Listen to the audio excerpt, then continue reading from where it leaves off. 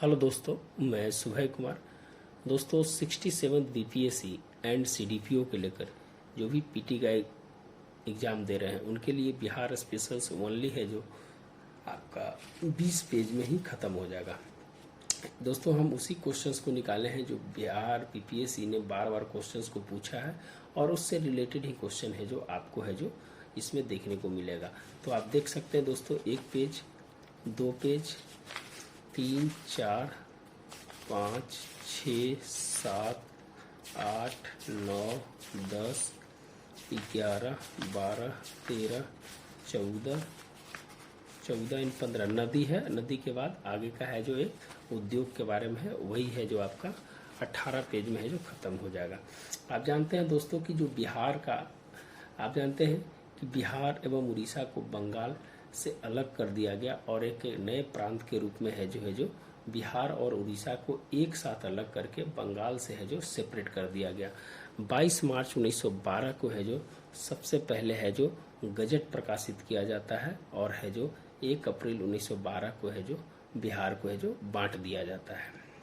आप जानते हैं कि बिहार के जो बंटवारे में निश्चित रूप से है जो सच्चिदानंद सिन्हा, महेश नारायण का है जो बहुत बड़ा हाथ रहता है। उन्होंने है जो सबसे पहले है जो अपनी इंटेलेक्चुअलिटी के माध्यम से है जो बिहार को अलग करने में है जो बहुत बड़ी भूमिका निभाई थी। उस समय Bihar student union and Rajendra Prasad के द्वारा भी है जो उस समय है जो आंदोलन किया गया था। तो निश्चित रूप से कहा जा सकता है कि बिहार एवं उड़ीसा की जो प्रांत थी वो है जो बंगाल से अलग है जो किया गया। उस समय आप जानते हैं कि लॉर्ड हार्डिंग द्वितीय थे, उस समय है जो बिहार को अलग किया गया था। तो हार्डिंग द्वितीय है जो आप है जो याद रखिएगा।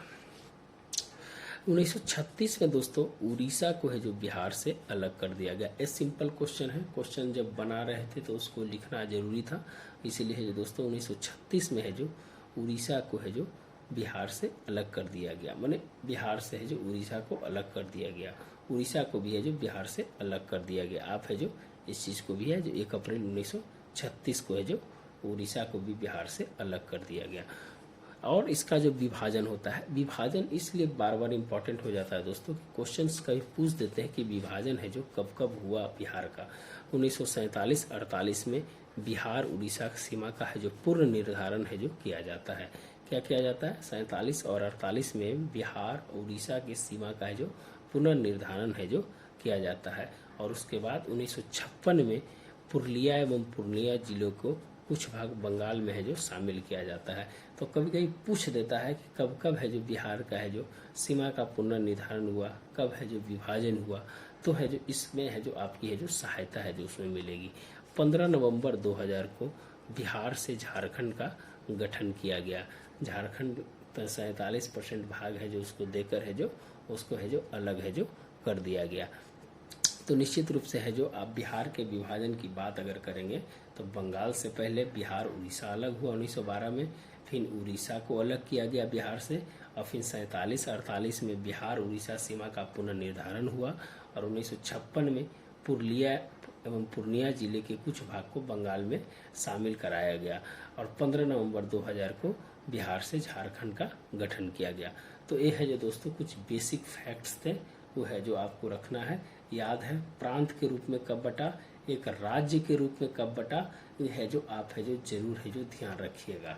ये है जो क्वेश्चंस बार बार है जो पूछे जाते हैं। एक राज्य के रूप में है जो 1936 के रूप में है जो बिहार एक बना और एक प्रांत के रूप में है जो 1912 में बना। ये बार बार क्वेश्चन है जो बीपीएससी है जो पूछता है। आगे चलते हैं दोस्तों की क्वेश्चन है जो पूर्व प्रस्तर युग जो लगभग है जो 1 लाख ईसा पूर्व से 30,000 है जो वर्ष का जो बीच का है, वो है जो क्वेश्चंस पूछ देते हैं। 3 भाग में क्वेश्चंस होता है, लेकिन जो ज़्यादा जो क्वेश्चन पूछते हैं वो है जो पूर्व प्रस्तर युग में है जो कहाँ से है जो इसे क्या क्या मिले हैं। तो मुंगेर एवं नालंदा से पत्थर के बने कुल्हाड़ी के फल, चाकू और खुरपी है जो मिला है। ऐसे अगर आप बात करें कि बिहार का अगर ऐतिहासिक स्रोत की बात करें तो पुरातात्विक स्रोत है और दूसरा है साहित्यिक स्रोत है। आप जानते हैं कि पुरातात्विक स्रोत जो है वो है जो आपका चिरान से, चेचर से, मनेर से, पटना से, सोनपुर से, सारण से है जो मिला है, जो पुरातात्विक स्रोत है वो है जो उसमें है जो उसको बोला जाता है। फिर है जो मध्यकाल में अगर आ जाते हैं, फिर आधुनिक काल में आ जाते हैं, तो है जो इस प्रकार से है जो पुरातात्विक स्रोत के बारे में है जो जानकारी है जो मिलती है। निश्चित रूप से है जो दोस्तों आप है जो इस क्वेश्चंस को जब है जो पढ़िएगा तो इसमें पूछ देता है कि बिहार के स्रोतों की जानकारी है जो कहाँ से मिलती है, तो उसमें आपको पुरातात्विक और साहित्यिक दोनों है जो आंसर मारना होगा। अगर साहित्यिक की बात करें तो है जो शतपथ ब्राह्मण, रामायण एवं महाभारत में भी है जो इसका है जो ये जो बिहार की है जो चर्चा की गई है, तो उसको हम आगे देखेंगे। मध्यवर्ती एवं पूर्ववर्ती पूर्व प्रस्तर युग की बात अगर हम करें तो 40,000 से 10,000 ईसा पूर्व के बीच में है जो इसका है जो मध्यवर्ती है, लेकिन यहाँ से क्वेश्चन है जो नहीं बनते हैं, तो है जो क्वेश्चन वहीं से पढ़ना है जहाँ से क्वेश्चन ज़्यादा है जो बनते हैं। नव प्रस्तर की अगर बात किया जाए तो 2500 से 1500 ईसा पूर्व, जिसमें सारण और वैशाली से हड्डी के बने औजार है जो मिले हैं। अब जानते हैं दोस्तों कि सारण और वैशाली ये है जो बहुत ही इम्पोर्टेंट है बिहार के लिए, जिसमें है जो आप जनपद की बात पढ़िएगा तो वैशाली में है जो आपको है जो देखने को मिलेगा। आप है जो बुद्ध की बात है जो पढ़िएगा तो वहाँ भी है जो आपको है जो देखने को है जो मिल जाएगा। और अंत में तांबे का उपयोग का भी है जो प्रारंभ है जो नवप्रस्तर युग में है जो किया गया। जब हम त्राम प्रस्तर युग की बात बोलते हैं तो यह जो पहली विकसित सभ्यता थी जो त्राम प्रस्तर युग थी, जो पटना, गया, सारण, वैशाली के क्षेत्र में है जो ये मिलता है। और पहली जो विकसित सभ्यता सिंधु घाटी सभ्यता का इतिहास है जो यहाँ से है जो देखने को है जो मिलता है। यहाँ से ये है जो आपका 5-6 पेज का जो आपका क्रिप्स है जो यही इतना में है जो आप है जो देख लीजिए। अगर विशेष अगर है तो आप है जो बुक को प्रेफर कीजिए, लेकिन आप इतना में है जो 10 पेज का है जो क्रिप्स है जो निकाल कर है जिसमें जो रखा गया है। बिहार के ऐतिहासिक युग का आरंभ की बात करें तो वैदिक काल से होता है। वैदिक काल आप जानते हैं, वैदिक काल को भी 2 भागों में बांटा गया है, पूर्व वैदिक काल और उत्तर वैदिक काल। उसमें उत्तर वैदिक काल में है जो लोहे का है जो आविष्कार है जो यहाँ से है जो 1000 ईसा पूर्व से 600 ईसा पूर्व में है जो आपका है जो उत्तर वैदिक काल की है जो चर्चा है जो देखने को मिलती है। उसके बाद यहाँ से लोहे का जो है वहाँ से स्टार्ट होने के बाद बार बार क्वेश्चन पूछ देता है, उत्तर वैदिक काल में भी आर्यों के आगमन हुआ था, उसकी जानकारी भी है जो उत्तर वैदिक काल में मिलती है। और लोहे का आविष्कार के साथ इसका है जो महत्वपूर्ण है जो भूमिका हो जाती है। और निश्चित रूप से है जो इसमें कहा जाता है कि जो उत्तर वैदिक काल में जो लोहे का आविष्कार हुआ वो एक है जो उस समय की है जो एक है जो निश्चित रूप से है जो स्रोतों की जानकारी के अनुसार से है जो एक बहुत ही महत्वपूर्ण है जो माना जाता है। तो 6ठी शताब्दी, अब हम सीधे 6ठी शताब्दी के ऊपर आ जाते हैं। 6ठी शताब्दी में बौद्ध और जैन धर्म का है जो निश्चित रूप से है जो यहाँ प्रसार होता है और संसार को शांति व अहिंसा का संदेश देने के लिए है जो बौद्ध और जैन धर्म का है जो यहाँ पर है जो उदय होता है। फिर हम 8वीं शताब्दी की अगर बात करें तो शतपथ ब्राह्मण है जो 8वीं शताब्दी में आता है और पहली बार वर्तमान बिहार की भौगोलिक चर्चा है जो इसमें है जो मिलती है। पूछ देगा कि पहली बार वर्तमान बिहार की भौगोलिक चर्चा है जो किसमें मिलती है, तो शतपथ ब्राह्मण में मिलती है। अगर ब्राह्मण युग की अगर बात किया जाए तो 800 से 600 ईसा पूर्व के बारे में है जो ब्राह्मण युग की है जो बात किया जाता है। तो निश्चित रूप से शतपथ ब्राह्मण है जो बहुत ही प्रथम ब्राह्मण ग्रंथ भी इसको बोला जाता है। तो ये है जो एक क्वेश्चन इंपॉर्टेंट है, बार बार ये क्वेश्चन को पूछा गया है। दूसरा, गुफा चित्र अगर कहाँ से मिला है तो कैमूर की पहाड़ियाँ, नवादा एवं जमुई, ये है जो दोस्तों दक्षिण बिहार का इलाका है जो कैमूर की पहाड़ियाँ। जो कैमूर की पहाड़ियाँ है जो किस क्षेत्र में इसमें आती है, तो ये है जो विंध्य में आती है। कौन सा आता है, ये है जो विंध्य चट्टानों में आती है जो कैमूर की पहाड़ियाँ हैं। और है जो नवादा और जमुई वाला इलाका है, ये है जो आपके धारवाड़ वाले इलाके में आता है। तो है जो यहाँ पर है जो क्वेश्चन है जो बनते हैं वो है जो ध्यान रखिएगा, साथ साथ में हम उसको भी बताते चलेंगे। आगे हम मृदभांड की बात करेंगे। मृदभांड के बारे में भी है जो क्वेश्चन है जो हम उसी क्वेश्चंस को ले रहे हैं दोस्तों, जो क्वेश्चन है जो बार बार है जो पूछा जा रहा है। मृदभांड की अगर बात करें, यहीं से है जो स्पेशली पता चलता है कि जिस समय उनकी सभ्यता का जब विकास हुआ उस समय है जो किस प्रकार के है जो उनकी जीवन शैली और रहन सहन और उनके कार्य करने की शक्ति की क्या है जो पहचान थी। तो मृदभांड में अगर बात किया जो पोट होता है उस पोट में लाल एवं काले रंग का जो है वो 9वीं शताब्दी में मिला। रंगीन धूसर मृदभांड जो है 1200 से 600 ईसा पूर्व में मिला और चमकीले काले मृदभांड जो है 700 ईस्वी से 200 ईस्वी पूर्व में मिला और यह उत्तर भारत में है जो ये है जो मिला था। तो यहाँ पर मृदभांड लाल एवं काले 9वीं शताब्दी, रंगीन धूसर मृदभांड 1200 से 600 ईसा पूर्व और चमकीले काले मृदभांड जो है वो है जो उत्तर भारत में है जो देखने को है जो मिलता है। तो दोस्तों ये है जो आपका है जो ओपनिंग जो है बिहार के बारे में। हमने बिहार के स्थापना के बारे में बात किया 1912, 1936, 1947-48, 1954 और फिर 2000। ये है जो विभाजन हुआ। फिर है जो बिहार के ऐतिहासिक स्रोत में पुरातत्विक और साहित्य कहाँ कहाँ से मिला है। फिर है जो नव प्रस्तर युग के बारे में बात किया। फिर हमने है जो पूर्व प्रस्तर युग के बारे में बात किया और आधुनिक सभ्यता किसमें है उसमें बात किया। फिर है जो हमने 6ठी शताब्दी में जैन बौद्ध जो संसार में शांति की बात के लिए है जो उन्होंने प्रचार किया। फिर है जो ब्राह्मण ग्रंथ के बारे में बात किया जो शतपथ ब्राह्मण है। तो ये है जो आप है जो एक ओवरव्यू है जो आप है जो इसको देखते चलिए। फिर हम प्राचीन बिहार में आते हैं जो 6वीं शताब्दी ईस्वी में है जो इसकी है जो चर्चा है जो की जाती है। महाजनपद से क्वेश्चन है जो दोस्तों बनता है और वही क्वेश्चन है आपको बताने का प्रयास करेंगे जो क्वेश्चन आपको पूछा जाता है। महाजनपद की अगर बात करें दोस्तों तो 16 महाजनपदों की है जो चर्चा है जो की गई है और ये है जो अंगुत्तर निकाय तथा भगवती सूत्र। जैन धर्म में भगवती सूत्र में और बौद्ध धर्म में अंगुत्तर निकाय में है जो इसकी चर्चा है। एक है जो भात विवास में भी है जो इसकी चर्चा है जो मिलती है। तो जैन और बौद्ध धर्म दोनों में है जो आपको महाजनपद की है जो चर्चा है जो देखने को मिलती है। अगर ये क्वेश्चन पूछ दे कि महाजनपदों में सबसे शक्तिशाली कौन था तो मगध है जो सबसे शक्तिशाली था। आप है जो ध्यान रखिएगा कि महाजनपद में सबसे शक्तिशाली कौन था तो मगध है जो सबसे शक्तिशाली था। तो बिहार में है जो 3 है जो महाजनपदों की है जो चर्चा की गई है। एक अंग प्रदेश की, एक मगध की, एक लिच्छवी की। यह जो दोस्तों क्वेश्चन पूछ देता है। तो अंग की जो प्रारंभिक राजधानी थी वो मलिनी थी और उसके बाद उसका है जो चंपा है जो नाम पड़ा उसको चंपा नगर भी है जो कहा जाता है।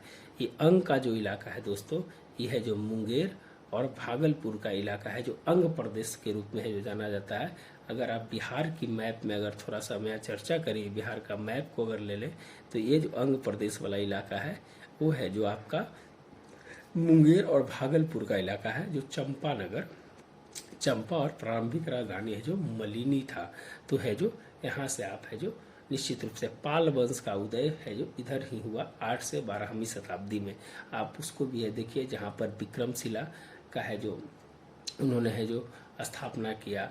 तो निश्चित रूप से है जो वहाँ पर है जो विक्रमशिला की स्थापना है जो धर्मपाल ने किया था और उसके जो प्रचार थे अति दीपांकर थे। तो निश्चित रूप से उसको भी है जो लेकर है जो हम चलेंगे। मगध की अगर बात करें दोस्तों तो पटना, नालंदा, गया ये इलाका है जो आपका मगध का इलाका है। इसकी राजधानी जो है राजगीर या राजगिरी थी। फिर लिच्छवी की अगर बात करें तो वैशाली और मुजफ्फरपुर के है जो स्थिति में है जो लिच्छवी की थी और वो है जो उसको निश्चित रूप से है जो ये है जो 3 है जो महाजनपद अंग, मगध और लिच्छवी। ये है जो दोस्तों है जो इसकी है जो 3 महाजनपदों की है जो चर्चा है जो बिहार में की गई है। और है जो अंग की राजधानी चंपा है, मगध है जो राजगीर है और है जो लिच्छवी का है जो वैशाली था है जो इसकी है जो राजधानी है जो इसका है जो बोला जाता है। तो ये 3 है जो दोस्तों है जो यहाँ पर है जो निश्चित रूप से है जो कहा जा सकता है। जो बज्जी संघ था वही लिच्छवी का जो बज्जी संघ था वो है जो 8 राज्यों का है जो संघ था। कितना था? 8 राज्यों का है जो संघ था। तो यह जो क्वेश्चन है जो पूछ देता है। तो अंग की चर्चा है जो किस वेद में मिलती है तो अथर्ववेद में है जो अंग की है जो चर्चा मिलती है। तो निश्चित रूप से है जो यहाँ पर है जो एक क्वेश्चन तो यहाँ पर है जो जरूर बनता है। अगर हम विदेह राज की अगर चर्चा की अगर बात करें तो विदेह राज की चर्चा यजुर्वेद में मिलती है। ये एक्स्ट्रा था दोस्तों इसीलिए है जो हम यहाँ पर है जो लिखने का है जो प्रयास किए थे। मिथिक जनक विदेह के नाम पर है जो मिथिला की है जो स्थापना की गई है। जो मिथिक जनक विदेह है उनके नाम पर है जो मिथिला की है जो स्थापना की गई है। और इसके अंतिम शासक जो थे कटल जनक थे। कौन थे? कटल जनक है जो इनके अंतिम शासक थे। ये है जो यहाँ से अलग है क्वेश्चन, इसलिए मैंने है जो इसको है जो अलग से पढ़ने का प्रयास किया। अगर मगध की बात करें तो मगध साम्राज्य का जो आरंभिक इतिहास है जो महाभारत में मिलता है, और इसकी चर्चा है जो गंगा के उत्तर की विदेह राज जो यजुर्वेद में जिसकी है जो चर्चा मिलती है, और दक्षिण में मगध में है जो इसका है जो उल्लेख है जो मगध साम्राज्य का है मिलता है। और है जो सबसे शक्तिशाली जो था वो है जो मगध ही था। अगर मगध से अगर क्वेश्चन अगर पूछा जाए तो बिंबिसार और अजातशत्रु जो है यहाँ पर है जो ये है जो बुद्ध के समकालीन थे, और है जो हर्यक वंश के है जो संस्थापक के रूप में है जो इनको जाना जाता है। उसका है जो बिंबिसार का जो बेटा था वो है जो अजातशत्रु था। बिंबिसार का जो बेटा था वो अजातशत्रु था। तो निश्चित रूप से है जो यहाँ से क्वेश्चन है जो एक है जो जरूर है जो बनता है। यहाँ पर एक द्वंद्व युद्ध हुआ था दोस्तों, और मगध पे है, मगध में कुल कितने राजा हुए? तो 10 राजा है जो मगध में हुए थे। कुल कितने राजा हुए थे? 10 राजा है जो मगध में हुए थे। ये है जो अपना नोट्स है, इस अपने नोट्स को हम आपके साथ शेयर कर रहे हैं ताकि है जो आप भी है जो इस प्रकार के है जो नोट्स बनाइए और वीडियो देखिएगा। तो निश्चित रूप से है जो आप है जो इसको है जो आपको है जो एक सकारात्मक वे में आप है जो आप पढ़ने का है जो प्रयास कीजिएगा। द्वंद्व युद्ध भीम एवं जरासंध के बीच में हुआ था, जिसमें भीम की जीत हुई थी और जरासंध का है जो हार हुई थी। तो है जो निश्चित रूप से है जो ये भी क्वेश्चन है जो बार बार है जो पूछता है। आगे हम बिंबिसार की अगर बात करें दोस्तों तो महावंश के अनुसार 15वें वर्ष में है जो ये सिंहासन पर बैठा था, प्राप्त किया था, और इन्होंने है जो कौशल देवी से काशी प्राप्त किया, चिल्लना से वैशाली से संबंध बनाकर है जो उन्होंने वैशाली को प्राप्त किया, और भद्र राजकुमारी पंजाब में वहाँ शादी कर कर उत्तरी सीमा को है जो सुरक्षित किया। तो इन्होंने है जो अपने राज्य विस्तार के लिए है जो तीनों क्षेत्र में है जो इन्होंने है जो विवाह किया, और है जो एक बहुत बड़ा साम्राज्य का है जो यह जो कहीं ना कहीं है जो विजेता के रूप में भी है जो इसे बोला जाता है। बिंबिसार के समय राजवैक जीवक को उज्जैन भेजा था, समझ गए।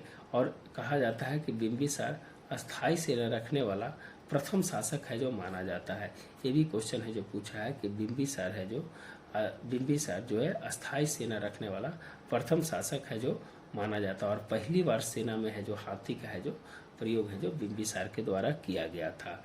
तो निश्चित रूप से आप बिंबिसार के बारे में जो इम्पोर्टेंट चीज़ है जो आप है जो यहाँ पर है जो हम आपको निकाल के दिए हैं।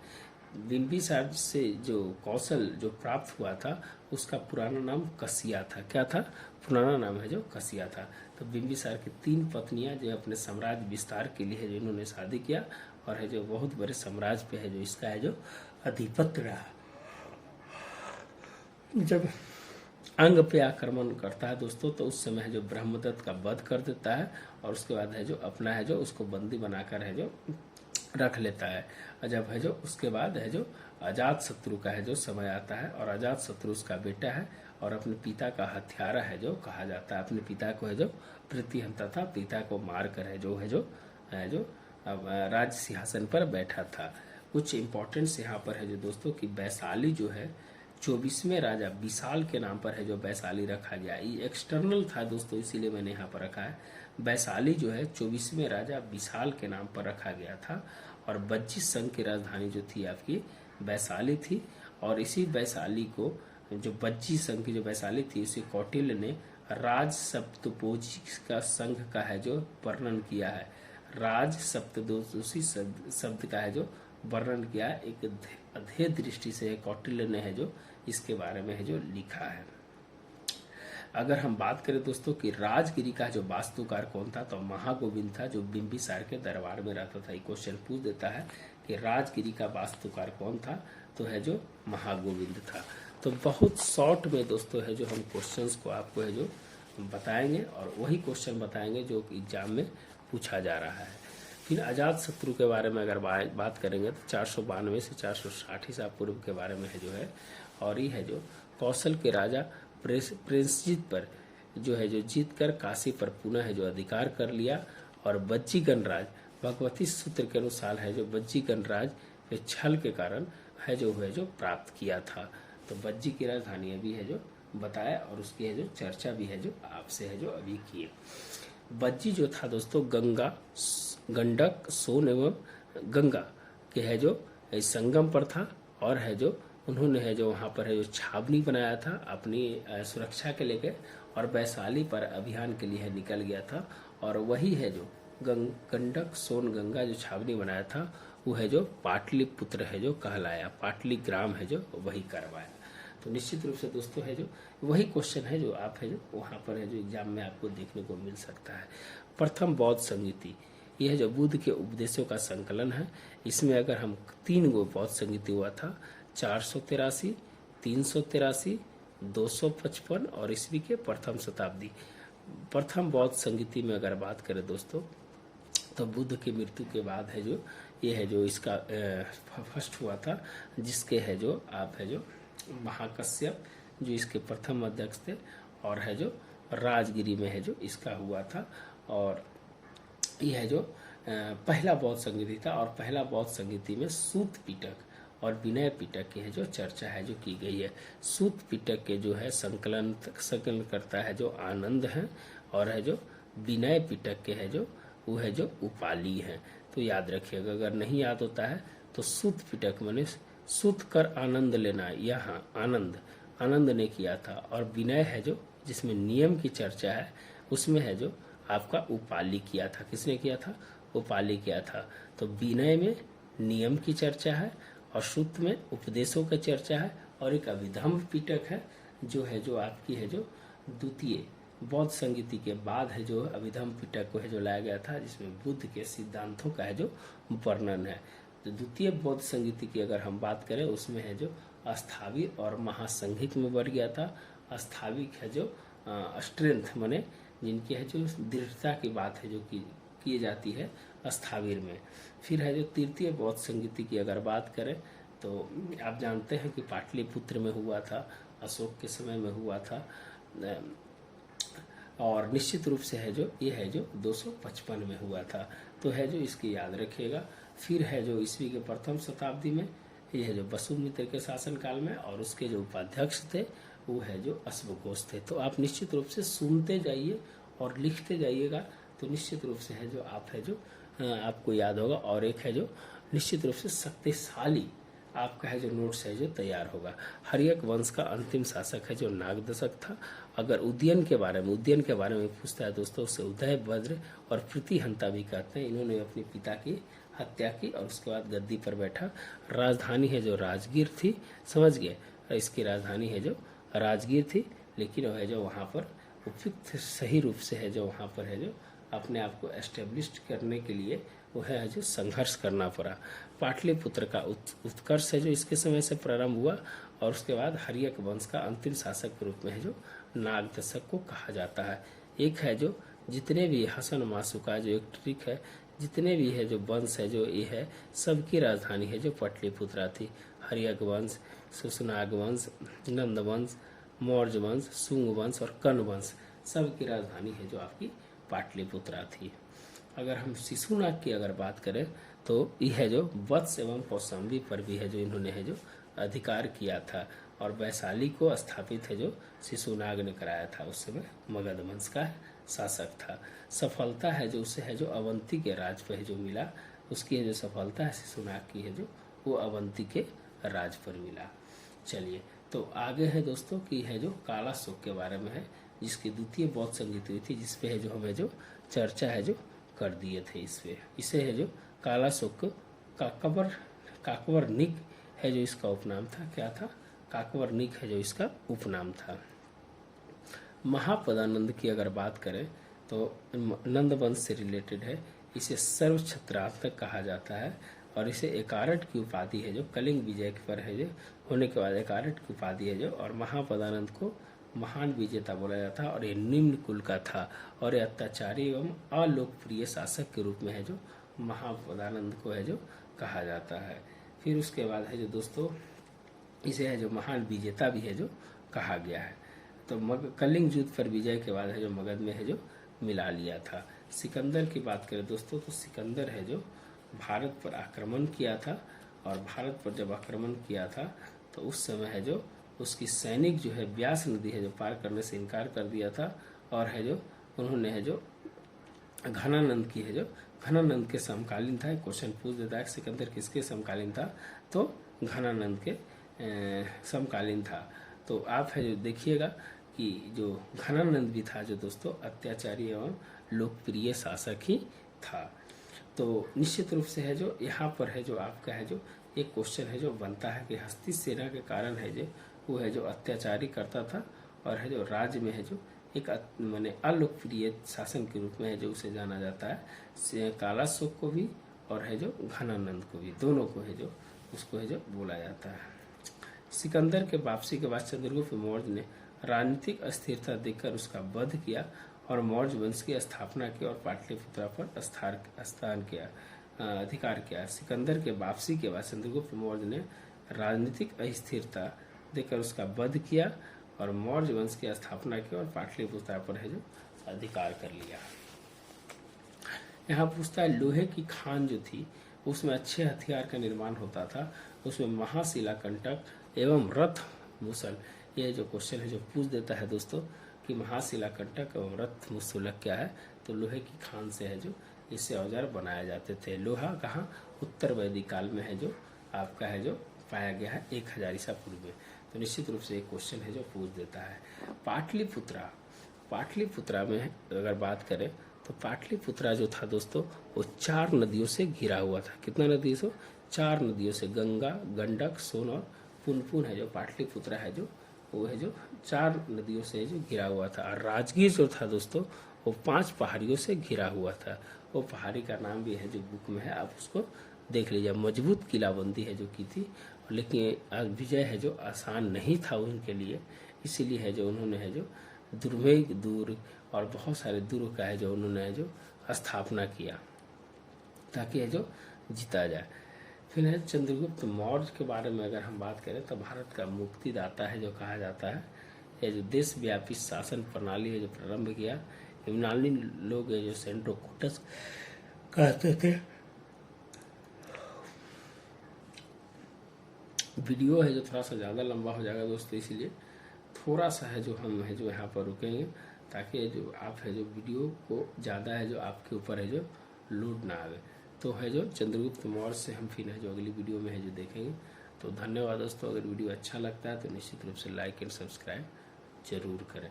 अगर आप अगर 1-2 क्वेश्चंस अगर आप देखने की अगर बात करते हैं तो निश्चित रूप से है जो क्वेश्चन हम 1-2 आपसे पूछते हैं, आप है जो उसका जवाब है जो जरूर दीजिएगा कि आप बता दीजिए कि बिहार सहित पूर्वी भारत में आर्यों का आगमन कब हुआ था। हमने बताया अभी कि उत्तर वैदिक काल में। हमने है जो MCQ का क्वेश्चन है जो बुक लिए हुए हैं, उसमें जो क्वेश्चन दिए हुए जो हम आपसे ही पढ़ाए हैं वो है जो आप है जो देखिए, बिहार सहित पूर्वी भारत में आर्यों के विस्तार में सहायक था। तो किस में सहायक था?